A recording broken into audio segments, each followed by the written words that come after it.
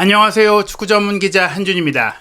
해리 케인이 할 수 있는 것은 손흥민 선수도 다 할 수 있다는 것이 점차 드러나고 있습니다. 영국 정론지 타임즈에서 이미 손흥민 선수의 위상이 토트넘에서 유스 출신 최고의 선수였던 해리 케인을 넘어섰다라고 주목한 컬럼도 공개했는데요. 손흥민 선수를 최전방 9번 공격수로 내세운 전술도 점차 완성도를 높여가고 있습니다. 손흥민 선수가 결승골을 어시스트한 노팅엄 포레스트와의 2023-2024 시즌 프리미어리그 32라운드 경기는 데안 쿨루세스키가 완전히 후보로 내려간 가운데 티모 베르너를 왼쪽 윙어, 브레넌 존슨을 오른쪽 윙어로 내세운 3톱 조합이 한층 더 발전한 모습을 보였습니다. 특히 손흥민 선수는 상대 수비의 노골적인 집중 견제를 역이용하면서 가짜 9번 역할을 맡아 과거 해리 케인이 했던 전술적인 특징을 완벽하게 재현해 화제가 되고 있는데요. 영국 공영방송 BBC의 분석 프로그램 매치 오브 더 데이에서 프리미어리그 레전드들이 출연해 분석한 토트넘 공격 전술의 특징을 풀버전으로 해석하고 해설해드리도록 하겠습니다. 영국 BBC의 매치 오브 더 데이 지난 일요일 경기 분석은 토트넘과 리버풀 등에서 활약했던 잉글랜드 대표 출신 미드필더 데니 머피, 그리고 왓포드에서 전성시대를 보냈던 공격수 출신 트로이 디니가 출연해서 분석했습니다. 이 경기에 가장 주목할 부분은 손흥민 선수에 대한 집중 견제를 포스테코글루 감독이 베르너와 존슨의 좌우 윙어, 그리고 우도기와 포로의 좌우 풀백의 인버티드 역할을 통해 해결했던 새로운 공격 루트, 수비수들의 득점력을 끌어올렸던 부분까지 총정리됐는데요. 먼저 데니 머피가 분석한 손흥민 원톱, 베르너 존슨 윙어의 3톱 공격이 어떻게 잘 작동했는지 살펴보도록 하겠습니다. 먼저 진행자가 이렇게 얘기했어요. 토트넘이 다시 많은 사람들을 웃게 만드는 멋진 경기를 했다고 하면서 그 시작은 좌우 윙어의 활약이었던 것 같다라고 하면서 베르너와 존슨을 조명했는데요. 데니 머피가 그렇습니다 라고 하면서 둘 다 훌륭했다, 두 선수 모두 빠르고 역동적인데 토트넘은 이 두 선수 베르너, 존슨의 플레이가 아주 좋았다고 하면서 클루셉스키를 벤치로 내리게 된 이유라고 이야기했습니다. 토트넘의 선제골은 베르너가 올린 크로스 패스를 노팅엄 수비수 무리오가 막아내려다가 자신의 골대 안으로 밀어넣는 자책골이 되면서 나왔는데요. 이 장면을 통해 토트넘이 발빠른 두 명의 윙어 베르너와 존슨이 더 높은 곳으로 올라가는 윙 투톱처럼 뛰면서 손흥민 선수는 최전방에 있다가 B선으로 내려와서 가짜 9번 역할, 미끼 역할, 상대 센터백을 뒤로 끌어내리면서 혼란을 야기하는 역할을 통해서 허브로서 활약한 것을 볼 수가 있습니다. 이 장면도 1차 패스를 비수마가 한 명의 미드필더를 벗겨내고 압박을 벗겨내면서 손흥민 선수에게 연결하면서 시작되는데요. 중요한 것은 최전방 공격수로 뛴 손흥민 선수의 위치가 메디슨의 옆쪽 공격형 미드필더 자리라는 겁니다. 중앙 미드필더인 사르가 3자의 움직임으로 손흥민 선수가 비운 최전방 위치로 올라가주면서 좌우 윙어인 베르너와 존슨이 사이드라인을 타고 달려오게 되는데요. 여기서 베르너가 손흥민 선수의 전진 패스를 받아서 왼쪽 측면을 무너뜨린 이후 올린 크로스 패스가 반대편에서 달려들어오던 존슨을 향해 이어졌는데, 이 크로스 패스를 잘라내기 위해 무리오가 몸을 던지고 다리를 뻗었지만 보시는 대로 골문 중앙 쪽으로 이 공이 향하고 있고 골키퍼와 센터백 사이에 아슬아슬한 처리하기 까다로운 공간으로 이어지면서 자책골이 될 수밖에 없게 만든 겁니다. 골키퍼가 나와서 처리하긴 어렵고 무리오가 건드리지 않는다면 결국 사르라든지 혹은 존슨이 달려들어와서 마무리할 수밖에 없기 때문에 이전에 루턴타운과의 경기에서처럼 상대의 자책골이 나올 수밖에 없는 매크로 플레이, 알고도 당할 수밖에 없는 플레이인데요. 여기서 주목할 점이 손흥민 선수가 1선이 아니라 2선으로 내려오면서 이 수비 라인의 전열을 흔들어 놓았던, 보이지 않았던 역할입니다. 데니 머피는 물론 이 상황에서 티모 베르너의 왼쪽 윙어 역할이 굉장히 뛰어나다고 주목했는데요. 베르너가 이 포지션에서, 왼쪽 윙어 포지션에서 편안하게 플레이하기 시작했다라고 했는데, 사실 베르너가 왼쪽 윙포워드 자리가 주 포지션이긴 한데 오른발이 주발이거든요. 즉 왼쪽에서 정통 윙어로 뛰는 게 아니라 가운데로 접고 들어오면서 마치 손흥민 선수처럼 반대발 윙어, 가짜 7번 성향으로 사실상 스트라이커 위치로 들어가면서 슈팅하는 것이 주 패턴인 선수인데, 오늘 경기는 자신의 약발이라고 할 수 있는 왼발로 그냥 정발 윙어, 마치 왼발잡이 윙어인 것처럼 왼발 크로스 패스, 왼발 컷백을 빠른 타이밍에 시도하면서 노팅엄의 수비를 흔들었던 것입니다. 아시다시피 윙어가 이렇게 약발을 잘 쓰는 경우에는 수비하기가 힘들어진다라고 머피가 설명하는데요. 손흥민 선수의 장점이 그렇죠. 양발을 다 잘 쓰면 어느 발로 슈팅할지, 컷백할지, 크로스할지, 접고 들어올지를 전혀 감을 잡을 수가 없기 때문에 이 패턴에 대응하기가 어려운 거예요. 클루셉스키처럼 한 발, 왼발만 잘 쓰게 되면 결국엔 접고 들어올 수밖에 없다, 결국엔 크로스 올릴 수밖에 없다, 이런 한 패턴으로 결국엔 경우에는 몰아가고 막을 수가 있고 약발로 몰 경우에는 플레이의 정확성이 떨어질 수밖에 없는데요. 베르너 같은 경우 왼발이 약발임에도 아주 질 좋은 크로스 패스가 계속해서 나오다 보니까 상대 수비가 베르너를 막기가 굉장히 어려워진 겁니다. 게다가 베르너가 이전에는 이렇게 사이드 플레이를 하는 경우가 드문 선수였다라고 머피가 설명하면서 베르너가 지금까지 보이지 않았던 패턴을 토트넘에 와서 익히고 아주 잘해주고 있는 것이 토트넘이 새로운 3톱을 구성하게 된 이유. 사실은 토트넘이 브레넌 존슨을 왼쪽에 두고 쿠루세스키를 오른쪽에 두는 경우가 많았고 쿠루세스키가 거의 오른쪽에 주전으로 뛰다 보니까 왼쪽 측면 공격수 자리에 뭐 손흥민 선수가 뛸 때도 있고 베르너나 혹은 솔로몬이 부상전에 뛰기도 했었고 존슨이나 이런 선수들이 번갈아 뛰면서 사실은 양 윙이 함께 빠른 속도를 가지고 흔들지 못하는 단조로운 패턴, 예측이 쉬운 패턴으로 공격을 해왔었는데 쿠루세스키가 빠지고 베르너가 왼쪽에서 잘해주고 또 존슨이 오른쪽에서 오른발잡이 정발 윙어다 보니까 왼쪽에서 측면을 돌파하고 컷백할 때는 왼발로 연결하는 크로스나 컷백의 정확성이 조금 떨어질 때도 있었거든요. 그런데 존슨은 오른쪽에 갔을 때 그런 플레이가 더욱더 원활하게 이루어지고 또 마무리할 때도 그냥 툭 밀어넣는 탭인을 하면 되는 상태가 되다 보니까 베르너 존슨이 모두 꺾어 들어올 필요 없이 속도감을 살리면서 치고 들어갈 수가 있게 되니까 진정한 윙 플레이가 성공된 것입니다. 이 장면 같은 경우도 손흥민 선수가 최전방에 있다가 이선으로 빠져내려오면서 만든 공간으로 존슨이 침투해서 득점을 할 뻔했던 장면인데요. 머피가 이 장면에서도 메디슨의 패스를 받은 베르너가 왼쪽 측면을 무너뜨리고 크로스 올렸을 때 존슨이 슈팅을 한 것 넣었어야 했다라고 아쉬워했거든요. 베르너가 이렇게 빠르게 사이드에서 깊은 곳까지 파고들어서 크로스를 연결하며 측면 선수들끼리 타격을 가했다. 즉 손흥민 선수가 가운데로 치고 들어가는 척 하다가 뒤로 빠지니까 수비 라인이 골문으로 들어가다가 손흥민 선수 쪽으로 끌려 올라왔어요. 그 공간으로 존슨이 싹 들어가서 슈팅한 게 하필이면 셀스 골키퍼의 정면으로 이어진 것인데 이러한 패턴으로 사실 이전에 크리스탈 팰리스와의 경기 같은 경우에는 베르너의 골이 나왔었죠. 손흥민 선수가 들어가는 척하면서 뒤로 빠져나왔고 그때 흘러나온 공을 베르너가 마무리하면서 골을 넣었던 장면이 있었는데 이런 플레이가 계속 나오고 있다. 손흥민 선수가 수비 라인을 혼란시키는 이런 1선, 2선을 오가는 가짜 9번의 역할로 영향력을 미치고 있다는 것입니다. 이 장면에서도 손흥민 선수가 오히려 베르너와 존슨보다 밑에 내려와서 플레이메이커 역할을 하고 있고 앞선에 오히려 우도기와 사르가 올라가서 손흥민 선수가 비웠던 9번 자리를 채워주는 걸 볼 수 있는데 아무리 이 선수들이 올라갔다고 하더라도 노팅엄은 기본적으로 경기 내내 손흥민 선수의 슈팅 기회를 차단하기 위해 한 명은 달라붙어도 움직였거든요. 그렇기 때문에 손흥민 선수가 2선으로 내려오면 무조건 노팅엄의 수비 한 명은 위로 끌려 올라왔다. 그러면서 또 끌려 올라오고 손흥민 선수가 이렇게 올라왔을 때 양발 감타를 때릴 수 있는 손흥민 존으로도 갈 수가 있기 때문에 그 위치까지도 수비수들이 지키고 있거든요. 그러다 보니까 그 위치 바깥으로 존슨과 베르너가 벌려서 뒷공간으로 들어갈 때 빈 공간이 많이 생깁니다. 이 장면도 손흥민 선수가 뒤로 내려와서 공을 잡고 오른쪽에 올라온 로메로에게 패스를 하잖아요. 이때도 노팅엄의 수비 라인이 좁게 서 있어요. 손흥민 선수에게 다시 공이 와서 슈팅을 때릴 수가 있기 때문에 양쪽에 존슨과 베르너가 침투하는 쪽으로 벌려 들어가면 손흥민 선수가 그 공간으로 치고 들어가서 슈팅할 수 있기 때문에 이러한 손흥민 선수의 위협이 존슨과 베르너에게 공간을 만들어준 것입니다. 손흥민 선수가 로메로에게 패스하고 로메로가 존슨에게 패스를 하면서 존슨의 크로스가 올라아이나의 6탄 수비에 걸리면서 차단됐거든요. 이렇게 존슨이 올리거나 베르너가 올려서 반대편에 또 다른 윙어가 해결하는 방식, 이전에는 풀백이 올리고 풀백이 해결하는 패턴도 나오긴 했었잖아요. 이런 사이드 플레이를 통해서 토트넘이 상대의 밀집 수비를 흔드는 방법을 찾아냈고 특히 손흥민 선수에 대한 집중 견제를 역이용하면서 손흥민 선수를 가짜 9번으로 활용하는 미드필드의 숫자를 또한 늘릴 수 있는 이런 플레이가 나온 겁니다. 존슨 같은 경우 데니 머피는 오늘 굉장히 편안해 보였다고 하면서 점점 더 많이 출전 기회를 얻으면서 자신감이 커지는 것 같다. 사실 선발로 뛰던 시절에는 메디슨의 부상 속에 크루세스키가 중앙 미드필더, 중앙 공격형 미드필더로 뛰면서 기회가 왔던 것이고 메디슨이 부상으로 회복한 이후에는 크루세스키에게 밀려서 벤치에서 출전하는 경우, 교체로 나오는 경우들이 많았었는데 최근엔 아예 크루세스키를 제치고 선발 선수로 뛰기 시작하니까 이날 조금은 몸 상태가 좋지 않아 보였지만 시간이 갈수록 베르너와의 사이드 플레이에 합이 좋아지면서 점차 날카로운 모습을 보였고 특히 후반전에 강한 모습을 보였어요. 데니 머피는 존슨에 대해서 단지 빠른 것뿐만 아니라 침투하는 것, 오프더볼 움직임 그리고 경기의 전반적인 운영 능력이 성장하고 있다라면서 이 장면 같은 경우에도 존슨이 손흥민 선수에게 공을 밀어주고 손흥민 선수가 두 명의 수비 사이 뒷공간으로 빠져들어가는 존슨에게 절묘한 스루 패스를 줬을 때 존슨이 빠르게 크로스 패스를 연결한 게 이번에도 올라 아이나에게 걸렸지만 굴절되면서 골대를 강타한 장면까지 이어진 거예요. 앞선 장면에서 1차적으로 크로스 패스가 잘리고 다시 나왔을 때 그 공을 존슨이 다시 받아서 손흥민 선수와 주고 받는 플레이를 통해서 크로스까지 가져갔고 그 장면을 통해 결정적인 기회, 골대 강타 상황까지 야기된 것은 존슨이 공격이 실패하더라도 다시 빠르게 정신을 가다듬고 침착하게 경기를 풀어갈 수 있다는 것. 특히 공이 재차 리바운드 됐을 때 지금 보시면 손흥민 선수가 공을 잡고 가운데로 치고 들어가는 척하다가 공간이 나오지 않자 다시 돌아서 존슨을 보고 패스하는 과정 속에서도 결코 공을 빼앗기지 않는, 아무리 많은 선수에게 둘러싸여 있어도 침착하게 공을 유지하고 뿌려주는 역할, 즉 손흥민 선수가 10번 플레이메이커로서도 공격형 미드필더로서도 굉장히 뛰어난 조율 능력과 2선에서의 기회 창출 능력을 보여준 것이다라고 볼 수 있습니다. 즉 손흥민 선수의 가짜 9번 역할이 존슨과 베르너에게 말씀드린 대로 더 많은 공간을 확보할 수 있게 해줬다라는 장면이 이 장면에서도 드러나는 것이고요. 이 장면 같은 경우도 사실 존슨의 결정력이 좀 아쉬웠어요. 베르너가 사이드를 또 한 번 파고들어서 반대로 크게 크로스를 올렸고 이 크로스를 오픈 찬스에서 존슨이 마무리하려고 했는데 조금은 이제 깊게 들어가고 몸의 무게중심이 흔들리면서 빈 골문에 넣지 못하고 허공으로 슈팅했던 아쉬운 장면인데요. 이 장면 역시 손흥민 선수가 중앙 지역에서 수비를 3명이나 끌어놓고 있기 때문에 또한 그 사이로 벤탄쿠르도 침투에 들어가면서 존슨을 자유롭게 만들어줬던 미끼 플레이가 결정적이었습니다. 무엇보다 손흥민 선수 쪽으로는 이렇게 상대 수비형 미드필더와 센터백이 항상 2인 1조로 막다 보니까 결국 다른 한 명이 프리하게 되는 상황이 나온다는 것, 손흥민 선수에 대한 위협이 결국에는 존슨과 베르너를 자유롭게 만들어준 상황이 계속해서 나왔다는 겁니다. 데니 머핀 또한 그러한 상황 속에서도 베르너와 존슨의 속도감과 또 역습 상황, 턴오버 상황에서 빠르게 파고드는, 빠르게 직선적으로 파고드니까 그냥 단순하게 일단 사이드로 직진하자 이런 플레이가 진행되니까 고민할 필요 없이 더 빠르게 역습이 진행된 거고, 또한 그런 선수들에게 달려붙지 못하는 게 손흥민 선수가 중앙에 도사리고 있으니까 많은 선수, 특히 베르너와 존슨에게는 2인이 붙을 수가 없는 거예요. 그럴 경우에는 손흥민 선수가 자유로워지기 때문에 이런 장면들이 후반전에 점점 더 많이 나왔고, 이 장면 역시 득점이 됐어야 했다, 존슨의 결정력이 아쉬웠다라고 이야기했는데, 차라리 이런 상황에선 오히려 손흥민 선수가 9번이 아니라 사이드 위치에 가서 이렇게 툭 밀어넣는 기회를 좀 많이 맞이하면 어떨까, 이런 생각이 들 정도로 손흥민 선수의 9번 역할이 너무 좋았는데, 또 그럴 경우에는 손흥민 선수가 9번 자리에 안 가면, 손흥민 선수가 측면 쪽으로 가면 그쪽으로 많은 선수들이 몰리니까, 수비수들이 몰리니까 또 중앙에 공간이 생기겠죠. 결국에는 손흥민 선수가 워낙 위협적이기 때문에 동료들을 활용하는 전술 방향으로 토트넘의 공격이 바뀌고 있다, 이렇게 보시면 될 것 같습니다. 이 장면 같은 경우에는 수비수 반더벤의 호쾌한 중거리 슈팅이 골로 연결됐던 결승골 장면인데요. 1차적으로 존슨이 짧은 코너킥을 받고 배후에 기다리고 있던 매디슨에게 패스를 내주죠. 그 다음에 존슨의 움직임이 좋았어요. 공을 주고 오른쪽 하프 스페이스 쪽으로 이동합니다. 그리고 포로가 오른쪽 사이드 지역에서 공을 매디슨에게서 이어받은 다음에 존슨이 오른쪽 하프 스페이스로 이동하면서 공간을 만들어놨을 때 그쪽으로 패스를 내주죠. 여기서 존슨이 비게 될 수 있었던 이유는 중앙 미드필드인 벤탄쿠르가 존슨과 포로의 사이로 침투하면서 움직이면서 수비를 끌고 들어왔어요. 그러니까 포로가 마치 벤탄쿠르에게 패스하는 척하면서 존슨에게 뒤로 내준 것이고, 여기서 또 상대 수비수가 따라가지 않았다면 벤탄쿠르가 문전 깊숙한 곳으로 가서 컷백을 할 수가 있기 때문에 이 위치로 올라 아이나가 따라갈 수밖에 없었거든요. 이러한 스위칭 플레이와 3자의 움직임을 통해 토트넘이 항상 빈 공간에 선수를 만들었고요. 여기서 존슨이 공을 잡았을 때 노팅엄 선수 4명이 에워싸자 손흥민 선수가 역시나 문전으로 진입하는 척하다가 뒤로 빠져나오는 가짜 9번의 움직임을 통해 또 한 번 공간을 포착하게 됩니다. 존슨은 그렇게 뒤로 나온 손흥민 선수에게 패스를 하게 되는데요. 노팅엄 포레스트가 전반전엔 좋은 경기를 했고 꽤 대등한 모습을 보였지만 후반전 들어서는 결국 이런 토트넘의 윙 공격에 의해 무너질 수밖에 없었다고 얘기하면서 존슨과 베르너의 이러한 움직임, 특히 공이 없을 때의 움직임까지 좋았다. 이 과정 속에 존슨의 패스를 받은 손흥민 선수가 슈팅하려고 했을 때 보세요. 2명의 선수가 손흥민 선수의 오른발 왼발 각도를 다 막고 있고, 그리고 바깥쪽에도 4명의 선수가 손흥민 선수의 중거리 슈팅이 날아올 수 있기 때문에 이 두 선수를 벗기고 슈팅할 수 있는 상황까지도 몸으로 막기 위해 달려나오지 않고 기다리고 있어요. 그러니까 손흥민 선수가 오른발로 한 번 헛다리 짚기를 하고 슈팅하는 척 하다가 반더벤에게 툭 밀어줬고 반더벤이 슈팅을 때린 겁니다. 모든 선수들이 손흥민 선수가 슈팅할 거라고 생각하고 손흥민 선수의 발만 보다가 반더벤 쪽으로 공이 올 줄 모르는 거죠. 왜냐하면 반더벤이 이렇게까지 올라왔을 거라고 예상도 못했을 뿐더러 반더벤이 손흥민 선수의 패스를 받자마자 슈팅을 때릴 것도 예상하지 못했기 때문에 이 슈팅 또한 구석으로 정확하게 꽂히면서 골이 된 것인데요. 결국에는 손흥민 선수가 갖고 있는 양발 슈팅의 위협이 반더벤의 골로 이어졌다고도 볼 수 있고, 그렇기 때문에 이건 그냥 손흥민 선수가 얻어 걸린 조금 주워먹은 어시스트가 아니라 실제 손흥민 선수의 힘을 통해 만든 어시스트라고 볼 수 있겠습니다. 이 장면 같은 경우도 비슷해요. 베르너가 왼쪽 측면을 돌파한 이후 오른쪽에 침투한 존슨을 향해 크로스 패스를 올려줬고, 그 공간 역시 손흥민 선수가 달려가는 척하다가 멈췄을 때 노팅엄 수비수들이 함께 멈추면서 공간이 생겼던 것인데요. 아쉽게도 이 베르너의 크로스는 골키퍼 앞에서 빗나가고 빠져나갔어요. 존슨이 조금 더 과감하게 들어갔다면 탭인 슈팅을 할 수 있었는데 한 번 템포를 죽였다가, 그러니까 들어가려고 하다가 멈췄던 것이 타이밍을 놓치게 만들었거든요. 데니 머피는 이 두 선수 베르너와 존슨의 측면 속도가 계속적으로 노팅엄의 수비를 잘 공략했다라고 했는데요. 베르너가 또 한 번 약발로 좋은 크로스를 올렸을 때 존슨이 조금 더 들어갔더라면 득점이 될 수 있었다. 그리고 중요한 것은 이 공이 빠져나갔을 때 존슨이 굉장히 아쉬워하는 장면이 포착됐다는 것인데, 본인이 뭘 잘못했는지, 본인이 다음에는 어떻게 들어가야 하는지를 자성하고 성찰했다, 그가 영리하다는 증거를 보여줬기 때문에 앞으로 존슨의 움직임이 더 좋아질 수 있다라고 기대한 것입니다. 그렇기 때문에 데니 머피는 토트넘이 앞으로 더 잘할 거라고 얘기했는데요. 존슨과 베르너가 점점 더 잘할 것이 기대된다. 베르너의 왼쪽 윙 플레이도 점점 좋아지고 있고, 존슨의 문전 득점 위치 침투도 점점 좋아지고 있고, 두 선수가 점점 개선되고 있고, 이런 패턴을 처음 익히고 있는데도 빠르게 효과를 내고 있기 때문이라고 했는데요. 이 장면 같은 경우엔 존슨이 직접 공을 몰고 들어가서 손흥민 선수에게 패스하고 기어코 이제는 존슨 쪽으로도 슈팅이 많이 나오다 보니까 손흥민 선수에 대한 대비가 조금 느슨해졌을 때 손흥민 선수가 왼발 슈팅을 때린 게 상대 골키퍼의 손에 슬쩍 걸리면서 골포스트를 때리고 나왔어요. 득점이 될 수 있었던 장면이었거든요. 앞으로 손흥민, 베르너, 존슨의 위협이 점점 커지면 이제는 손흥민 선수만 막아도 되는 게 아니라 베르너도 막아야 되고 존슨도 막아야 된다라고 생각한 상대 수비가 더 분산된다면 손흥민 선수도 이제는 득점할 수 있는 기회가 더 열릴 수 있다라고 기대할 수 있겠습니다. 이 장면 같은 경우도 마찬가지예요. 메디슨이 왼쪽 측면으로 이동해서 크로스를 올리고 메디슨이 있어야 할 자리로 벤탄쿠르가 들어오면서 서로의 위치가 바뀌었죠. 이 상황에서 벤탄쿠르의 헤더 패스가 오른쪽 측면으로 흘렀는데 손흥민 선수의 뒤쪽을 지키고 있는 선수가 우도기와 포로입니다. 본래 이 뒷자리를 원래는 메디슨과 벤탄쿠르가 올라와서 커버해줘야 되는데 위치가 바뀐 것이고 인버티드 풀백이 안으로 들어오고 메디슨이 풀백의 위치에서 플레이를 한 겁니다. 여기서 우도기와 포로가 모두 공격수처럼 들어왔기 때문에 손흥민 선수에 대한 견제 뒤쪽에서 둘 다 자유로웠고 헤딩 패스가 꺾여 나왔을 때도 포로 혹은 우도기에게 다 갈 수가 있었어요. 거기서 결국에는 공이 포로에게 떨어지면서 포로가 슈팅해서 마무리를 했거든요. 이러한 플레이, 손흥민 선수의 원톱이 워낙 상대 수비를 다 끌고 다니니까 말씀드린 베르너, 존슨, 우도기, 포로까지도 공간이 생기는 효과가 난 것입니다. 손흥민 선수의 득점을 막긴 했지만 다른 선수의 득점을 막지 못했던 노팅엄인데요. 이번 경기 또 하나의 주목할 기록은 토트넘이 반더벤, 포로까지도 득점자 명단에 이름을 올리면서 올 시즌 수비수 포지션의 선수가 벌써 11골을 넣은 겁니다. 아스널과 동률인 올 시즌 프리미어리그 수비수 득점 1위를 차지한 것인데요. 트로이 디니는 토트넘이 지난 몇 달간 많은 변화를 이끌어냈다. 정신력도 좋아졌고 유연성도 좋다. 6, 7개월 사이에 이러한 변화를 이룬 팀은 거의 없다라고 하면서 토트넘의 발전이 흥미롭고 앞으로가 더 기대된다라고 얘기했습니다. 다음에 이어질 경기는 뉴캐슬전입니다. 만만치 않은 상대인데요. 한국 시간으로 4월 13일 토요일 저녁 8시 30분에 열릴 원정 경기 33라운드 경기에서는 손흥민 선수가 기어코 도움 1위 그리고 득점왕 경쟁을 위한 득점포 가동을 할 수 있을지, 손흥민 선수의 원톱 전술 뉴캐슬이 어떻게 대비할지, 그에 대한 파회법 어떻게 포스테코글 감독이 준비할지, 토트넘 허스퍼와 손흥민 선수의 모든 소식 한준TV 구독, 좋아요, 알림 설정을 통해 새롭게 올라오는 손흥민 선수에 대한 모든 이야기 놓치지 않으시기 바랍니다.